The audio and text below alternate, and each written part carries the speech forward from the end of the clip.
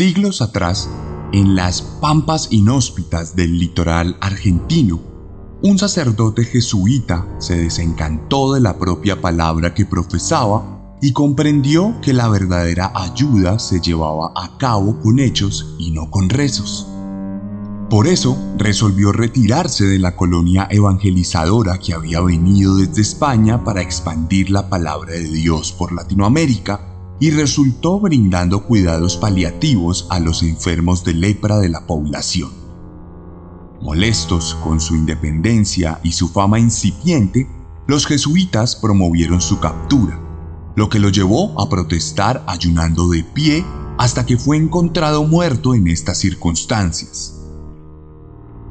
Con el tiempo, la misma posición en la que murió, de pie, se convirtió en la pose en la que sus admiradores lo recordaron y lo comenzaron a venerar. Pronto, de forma furtiva y subversiva, comenzaron a proliferar estatuillas en su honor que lo representaban de la misma manera en que partió del mundo en su protesta. Y aunque la Iglesia Católica nunca lo reconoció como santo, la gente del común sí reconoció sus milagros. Como suele pasar con los íconos culturales, se fueron añadiendo varios componentes a su adoración y su figura se fue reemplazando por la de una calavera con túnica y guadaña que conservaba su posición inicial. Aquel jesuita renegado se convirtió en San la Muerte, y a medida que los siglos avanzaban, su figura proliferó entre los que, como él, resultaron convertidos en outsiders enajenados, alejados de la sociedad, marginales y rechazados. Debido a que la Iglesia no le reconoce, quienes se volcan a su culto por esta figura han buscado maneras alternativas de bendecirle, lo que ha generado una suerte de ritos y derivaciones que algunos sectores podrían considerar heréticas. Esto, por supuesto, ha propiciado los escenarios perfectos para que la oscuridad se haga cargo e impregne con su aura siniestra los procesos de fe para convertirlos, en muchas ocasiones, en procesos de maldad. ¿Qué pasa entonces cuando la religión confluye con la psicopatía? ¿Qué pasa cuando la sed de sangre de un individuo busca pretextos espirituales para ser saciada? Bienvenidos y bienvenidas a la 14ª entrega de Serialmente, capítulo 139 de un podcast con contenido muy gráfico.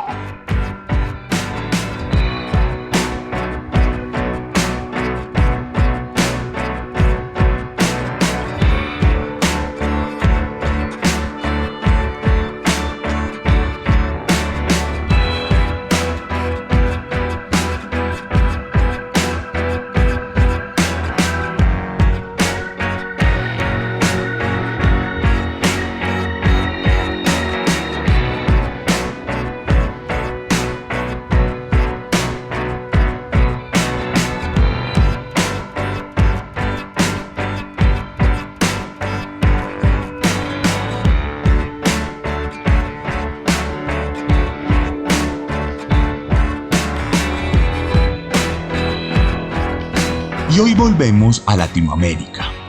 Nos dirigimos al sur del continente para conocer una historia que en muchos sentidos podría ser común.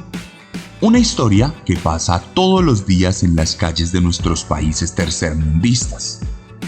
Hoy les voy a contar la historia de Marcelo Antelo, el asesino de San la Muerte.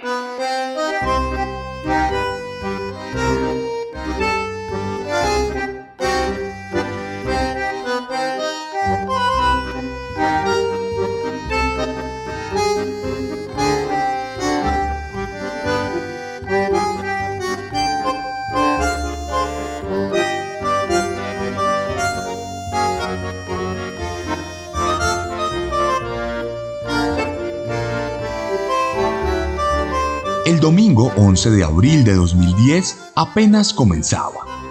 Corrían las primeras horas de la madrugada y el barrio Rivadavia se encontraba tan oscuro como siempre por cuenta de la ineficiencia de los gobernantes. Por allí pasó un hombre solitario en una bicicleta lujosa, algo que no era muy común ni en el sector ni a la hora mencionada. Aquel hombre era Rodrigo, un estudiante de filosofía que tenía 27 años y que llevaba una buena cantidad de dinero destinada a comprar una dosis de droga para saciar el incipiente síndrome de abstinencia que había adquirido unos meses atrás por cuenta de la normalización del consumo en el que había caído. La urgencia por las drogas adormiló los sentidos de Rodrigo.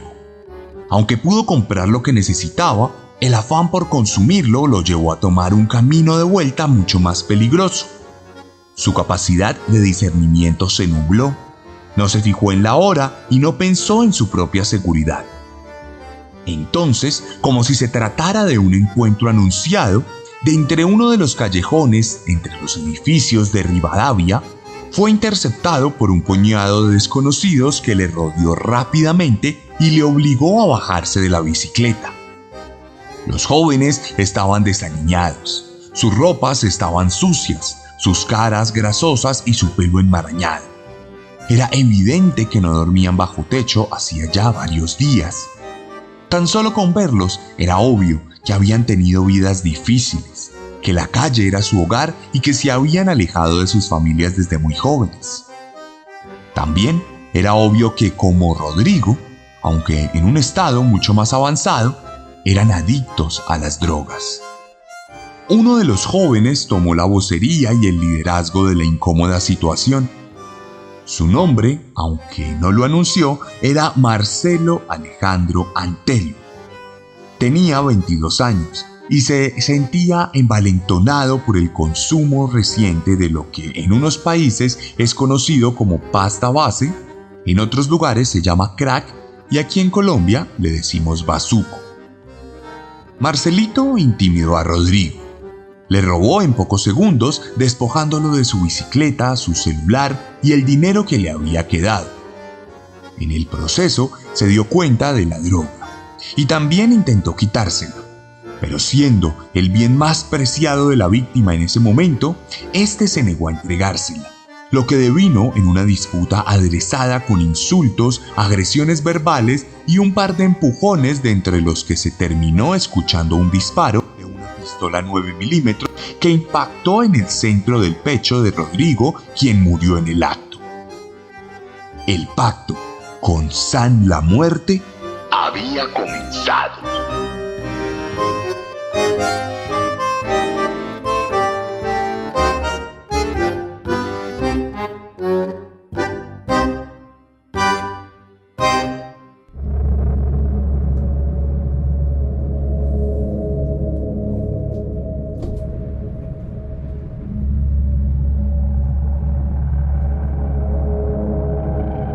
La historia de Marcelito, como le decían, se ha contado muchas veces. Es la misma historia de los más de 5.700 habitantes de calle que deambulan por las avenidas de Argentina y que se han visto obligados a la miseria por cuenta de diversas problemáticas de desigualdad social, aunadas a la crianza en familias disfuncionales que propenden por la formación de jóvenes sin ningún tipo de estabilidad. Nuestro protagonista nació en Buenos Aires en 1988 y vivió sus primeros años en un núcleo compuesto por su abuela alcohólica, su padre adicto a las drogas y una madre en extremo maltratadora que se comunicaba con él a través de los golpes y los insultos. Por supuesto, dado este contexto, es evidente que Antelo nunca recibió una educación sólida ni desde lo académico ni desde lo personal, por lo que siempre estuvo expuesto a escenarios violentos que lo llevaron a afrontar la vida de formas mucho más impulsivas y descontroladas. Asimismo, estuvo expuesto al consumo de drogas, por lo que es natural que terminara convirtiéndose en un consumidor asiduo que comenzó por la marihuana, pero que más adelante se decantó por otras sustancias mucho más fuertes y dañinas como la pasta base. Esto lo llevó a degradar su aspecto físico y su propia personalidad, lo que terminó delatándolo frente a su madre, quien le propinó una gran golpiza cuando se enteró que su hijo, como su esposo, era ahora también un adicto.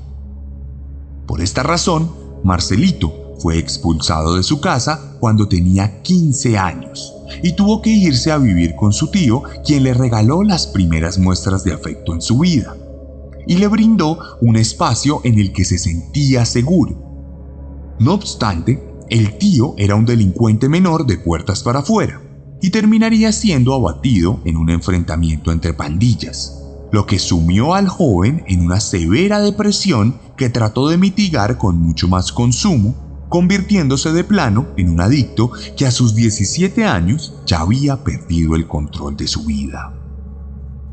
En este punto, completamente solitario, el adolescente trató de internarse en un par de centros de rehabilitación, pero la ausencia de una red de apoyo sólida contribuyó a que le fuera imposible curarse de sus adicciones.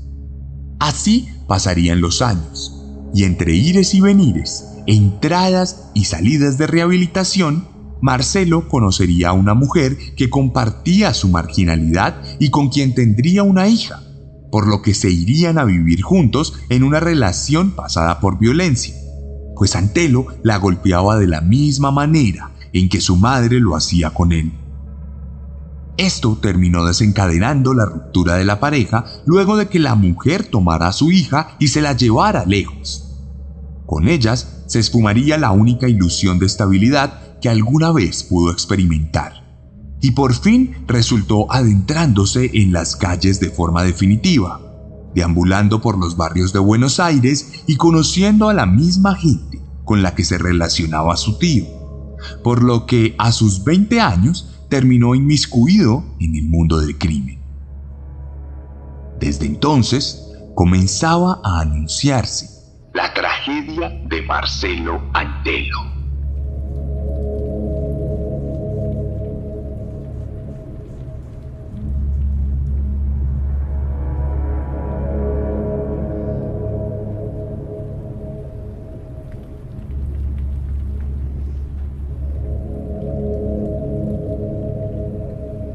Ya en las calles, consumado por la pasta de base y abandonado por todos los que alguna vez estuvieron relacionados con su vida, Marcelo buscó refugio espiritual en una iglesia llamada Iglesia de Dios en Fuerza. Esta institución le brindaba techo y alimentación básica, mientras que, a cambio, le otorgaba enseñanzas religiosas que lo fueron acercando al mundo católico, por lo que de forma progresiva se fue convirtiendo en un hombre de fe, aunque irónicamente no dejaba de ser al tiempo un delincuente común y un drogadicto. Por esta razón terminó abandonando la iglesia, aunque no sus creencias, y algunas semanas después terminaría perdiendo un riñón como consecuencia de un tiroteo en el que resultó envuelto gracias a su relación con el narcotráfico. Los días en el hospital fueron traumáticos. La soledad, el miedo y la incertidumbre colmaron sus pensamientos y además se sentía particularmente incómodo con el hecho de estar recluido, por lo que intentó refugiarse en las creencias que le habían sido impartidas en la iglesia. De cualquier manera, al ser dado de alta, no enderezó su camino de ninguna manera y fue capturado en 2 ocasiones, una por hurto y otra por conducir un carro con la matrícula clonada. La suerte, evidentemente, no estaba de su lado, por lo que decidió buscar la manera de que su vida mejorara.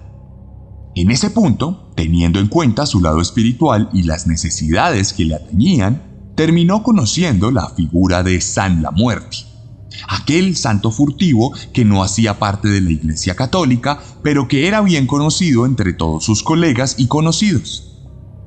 Entonces se hizo con uno de los amuletos de aquella calaverita con guadaña y buscó la manera de bendecirlo para generar un vínculo.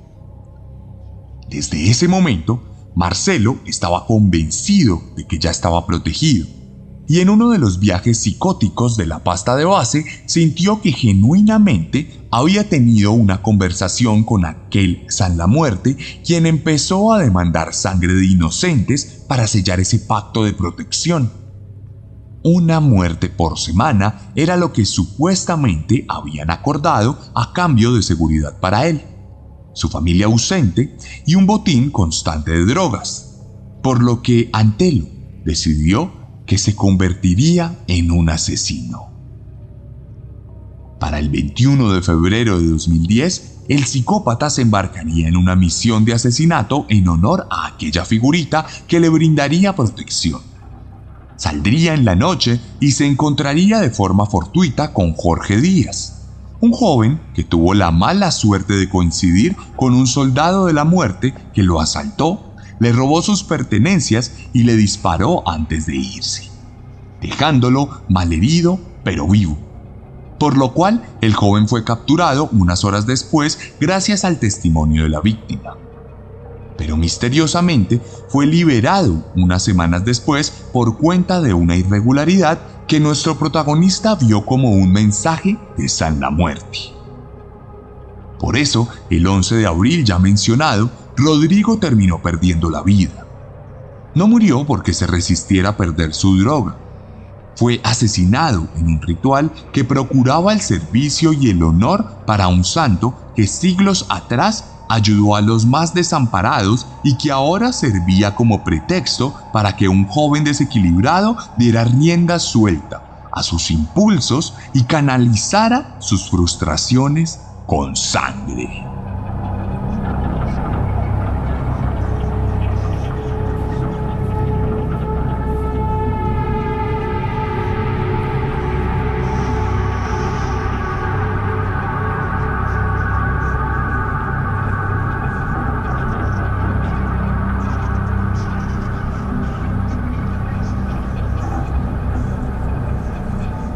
Unos meses después, el 24 de junio de 2010, Marcelo salió en busca de una nueva víctima.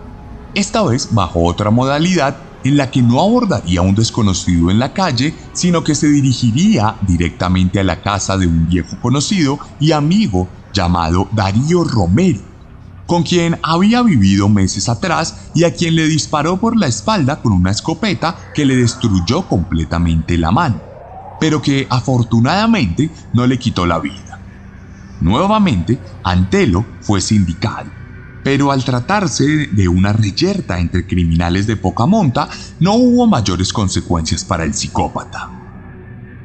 Pasarían las semanas, y el 2 de agosto de 2010 iría en búsqueda de Jorge Mantilla, otro conocido de quien había jurado vengarse algún día porque lo había echado de casa. Esa noche, Marcelo llegó con una pistola y baleó la casa de Jorge sin víctimas mortales. Pero 6 días después, en la madrugada del 8 de agosto, Antelo tocó a la puerta de Jorge, quien abrió sin precauciones, lo que le costó un tiro en la cabeza con la misma pistola que había asesinado a Rodrigo. Embullado por la emoción del asesinato, las salpicaduras de sangre sobre su pistola y la satisfacción de alimentar a San la Muerte, Marcelo se propuso a matar ese mismo día. Y tan solo unas horas después de su último homicidio, se propuso a cobrar una deuda a un mecánico llamado Mario, quien estaba cobrando un dinero por un trabajo que no había hecho, por lo que lo abordó en su taller e intentó ejecutarlo. Pero el arma le falló, lo que probablemente interpretó como que San la Muerte ya estaba satisfecho con el asesinato de aquella mañana. Pasarían solo 5 días más, y el 15 de agosto, el asesino cometería su homicidio más sangriento cuando Marcelo Cabrera y Pablo Zainuk, de 28 y 26 años respectivamente, entraran al mismo barrio donde entró Rodrigo meses atrás, con el mismo objetivo de comprar drogas, solo para ser abordados por Antelo y por un cómplice que ayudó a retener a los jóvenes. Estos fueron robados de la misma manera ya relatada, y de la misma forma fueron asesinados a pesar de que no se resistieron. Pablo recibió un disparo en la cara, mientras que Cabrera recibió 9 disparos por todo su cuerpo. Naturalmente, esto desató la indignación de la opinión pública, quien, a pesar de estar habituada a los homicidios de esta naturaleza, encontró repugnante la muerte de los jóvenes, lo que obligó a la activación de las fuerzas de la ley, que establecieron redes de búsqueda e identificaron a Antelo por su historial y porque, a decir verdad, no había tenido ningún tipo de precaución a la hora de cometer sus crímenes, por lo que estaba plenamente reseñado. Esto ocasionó que en la mañana del 28 de agosto de 2010, unos policías patrulleros lo identificaran en una de sus rutinarias rondas por las calles de Buenos Aires y, muy a pesar de que intentó resistirse a tiros, fue capturado tras un breve enfrentamiento que no dejó heridos. Ya en la comisaría, Antelo reconocería su devoción por la San Muerte, y la policía confirmaría mediante pruebas de balística que el arma homicida coincidía con la de las víctimas ya mencionadas y que originalmente pertenecía a la policía, pero que había sido misteriosamente robada unos meses atrás. Con la continuación de las pesquisas policiales se descubrirían nuevas pruebas que conectaban a Marcelo con Rodrigo y con los otros asesinados, llegando incluso a obtener un video de la primera muerte aquí relatada, el cual fue grabado por uno de los cómplices de nuestro protagonista. Asimismo, se llegaron a esgrimir teorías y acusaciones de los otros homicidios que supuestamente habían sido cometidos por Marcelo. Dos de ellos que resaltaron por su brutalidad, como lo fue la muerte de un habitante de calle que recibió un balazo en la cabeza para luego ser incinerado por su verdugo. No obstante, estas acusaciones fueron desestimadas no porque se creyera que Marcelo era inocente, sino porque no se pudo recopilar el suficiente material probatorio para llevar a cabo el juicio.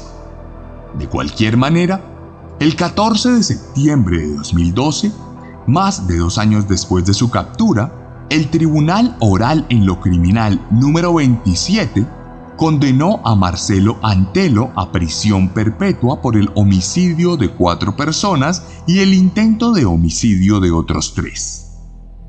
La defensa de Marcelo intentó apelar la decisión, asegurando que se trataba de un montaje, que el arma había sido implantada en la casa callejera del asesino y que se estaba tratando de cerrar los casos que la misma policía no había podido solucionar. Antelo, por su lado, no abrió la boca en todo el juicio y mantuvo la mirada baja, tal vez encomendándose a San La Muerte, quien probablemente lo había abandonado. Después de la apelación, el juicio duraría 2 años más, los cuales Marcelo permaneció tras las rejas hasta que a mediados de junio de 2014 se reconfirmó la sentencia, por lo que mientras se escuchan este podcast, Marcelo Antelo, ahora de 36 años, permanece en prisión y probablemente no salga hasta que reciba algún tipo de amnistía cuando sea ya un anciano. Quién sabe si entre las cobijas de la cama de su celda siga guardando la estatuilla de San La Muerte. Bueno, se acaba de escuchar el veredicto, entre llantos y alegría, ¿no? Finalmente hubo condena. Llanto de alegría, sí, lo estábamos esperando eso. Teníamos un poco de miedo, pero estábamos esperando eso. La verdad, se va a morir en la cárcel. Mi hermano no está más, pero él se va a morir en la cárcel. Aparte, por toda la gente que queda afuera también. Se lo encontró culpable de los 5 asesinatos. De 4 y 2 tentativas. 4 homicidios y 2 tentativas. Gracias, También está la mamá. A ver. Gracias. Gracias a los señores jueces que hicieron una sentencia justa y verdadera. Reclusión perpetua para el asesino de mi hijo.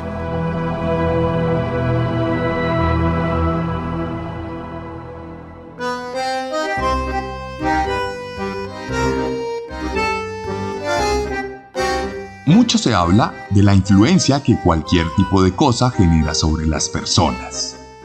Cada vez que hay un tiroteo en Estados Unidos, se habla de videojuegos, de música y de películas. Cuando se descubre al líder de una secta, se centran en las lecturas que influenciaron su pensamiento radical. Y en este caso, podría hablarse de la influencia de San La Muerte sobre la vida de nuestro protagonista. Sin embargo, en todos los casos, o por lo menos en la inmensísima mayoría, En realidad, esto no son más que discursos manipuladores que buscan atacar algo que no tiene nada que ver con la violencia, no por lo menos de forma directa.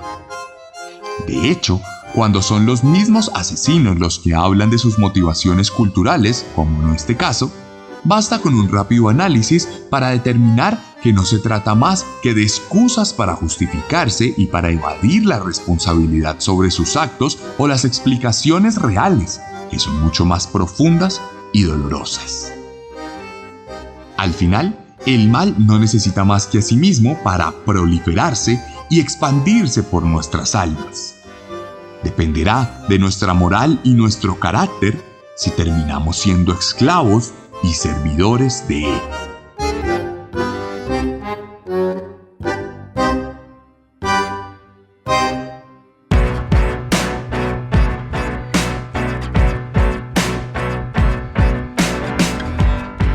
Y esta fue la historia de Marcelo Antelo aquí en Serialmente. La 14ª entrega de esta 4ª temporada, que inicialmente les diría que ya va por la mitad porque pensaba hacer 25 capítulos, pero ahorita mismo no sé si debo parar o no. Ustedes me lo sabrán decir en los comentarios. Si le gustó esta historia, lo que más puede hacer para ayudarnos es enviarla en sus redes sociales, compartirla y comentarla, tanto en Instagram como en YouTube y también en Spotify, donde ahora se pueden dejar comentarios.